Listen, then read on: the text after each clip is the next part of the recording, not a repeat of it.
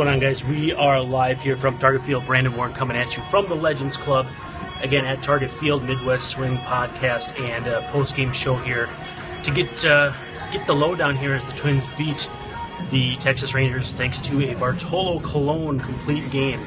8-4 the final score. Colon gives up hits on the first 2 pitches of the game, then battles back to give up just 7 hits the rest of the way as the Twins manage to get back to within 3 games of 500. And so it's obviously, not waving the white flag yet, as Brian Dozier said in the clubhouse after the game. 3.5 games now out of the second wild card spot behind Kansas City, who lost tonight. So obviously some progress made here.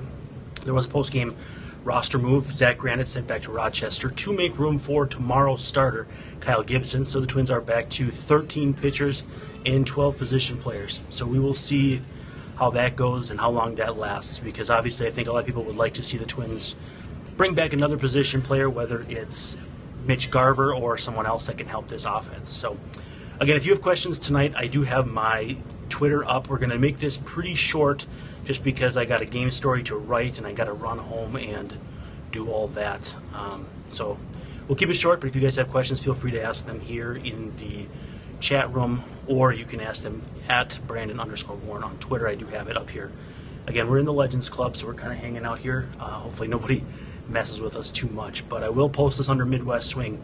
If you are watching this, though, and want to suggest a name for the show, I'm going to give away a prize for whoever comes up with the best name of a post-game show. That we're going to try to do this after every single game, so that way it's a little more multimedia friendly. I'll write a game story, do a pregame story, do some podcasting, and then do a post-game gripe show like they've done. 96.3 used to have it. 1500 had it when they had the rights to the broadcast with Doogie Wolfson. So if you guys have questions, feel free to reach out and ask them either on the chat here or ask them on Twitter.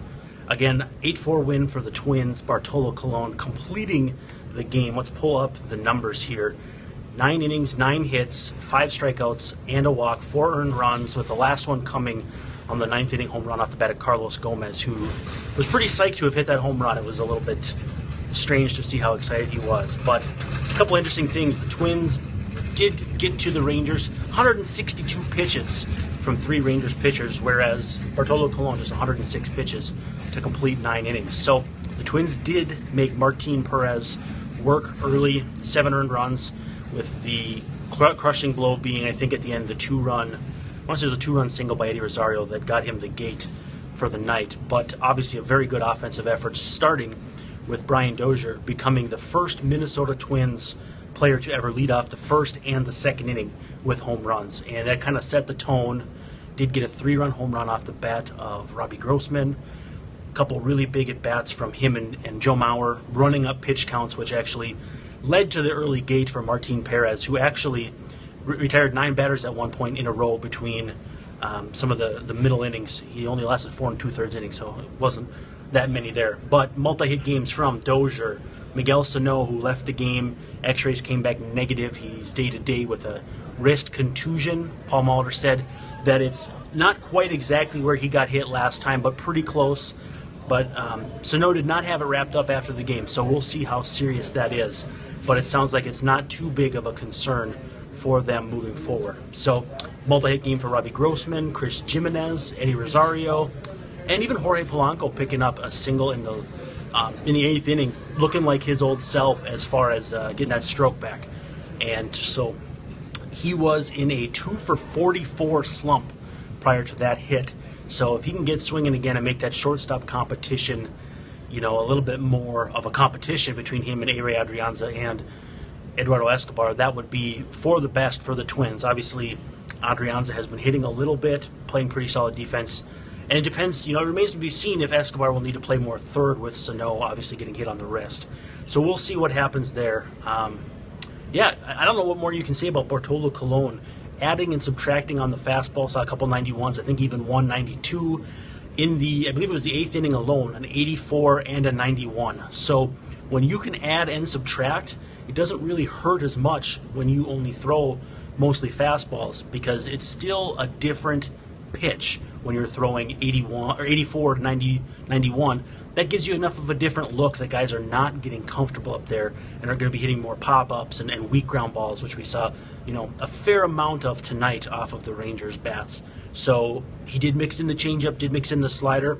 In my pregame blog, I did mention that too, that he had thrown more changeups and more sliders than the rest of the season last time out in Oakland. So it'll be worth watching, because in New York with the Mets, Colon really did become a one-pitch pitcher for the most part, just with spot-on command of that fastball, and got a little bit away from that here with the Braves this year, but through 4 starts has gotten progressively better as he's gotten more comfortable with the Twins.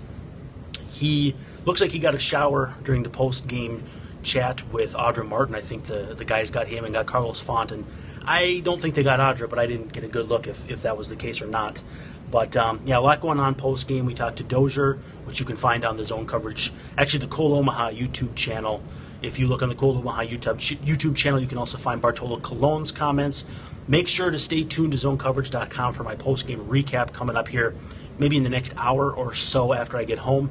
But other than that, it was obviously a very eventful night. Robbie Grossman getting his, I believe, first home run from the right side this season. Dan Gladden was needling him a little bit in the clubhouse about that. So that was kind of a funny sight to see. Again, if you're just joining us now, Zach Granite optioned out to AAA Rochester to make room for Kyle Gibson, tomorrow's starter. That's going to be your 5th starter for the time being.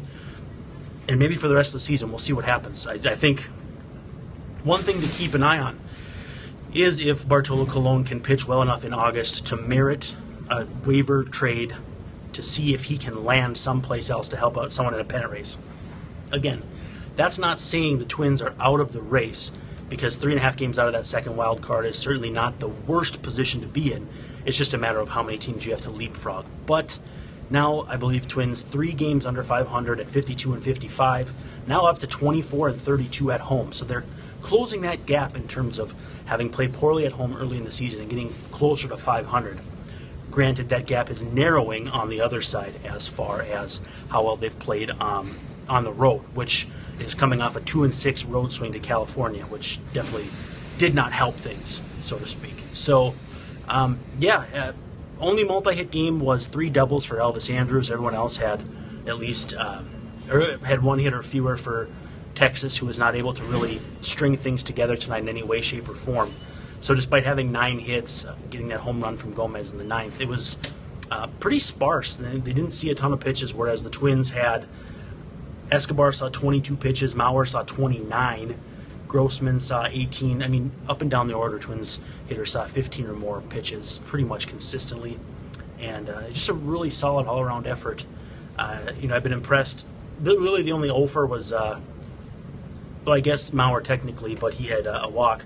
And Escobar also had a walk, but Buxton 0 for 3 with a walk as well. So everybody on the Twins lineup got on base with the exception of Granite, who pinch ran after Sano was hit by a pitch. So again, Sano day-to-day, Gibson starting tomorrow, Granite out to Rochester.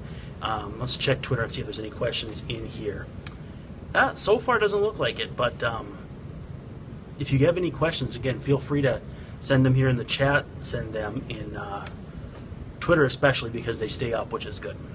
Rochester Nation says, calm down, Dozier, your club won a game. Do you say these things because he thinks that's what leaders say? No, I think it was Dozier's saying that they're not waving the white flag was in response to Brett Bollinger telling them that there were 3.5 games out, and he said, you know what, we're going for it. I mean, there's no reason to lay down and die. So the Twins are not doing that, and there's a lot of players on this team that have a lot to gain from playing well down the stretch, just because of how much playing time is going to be available in the seasons to come for some of these young guys who are trying to kind of earn their way as into becoming fixtures on this team. So, yeah, other than that, I don't have a whole lot to touch on.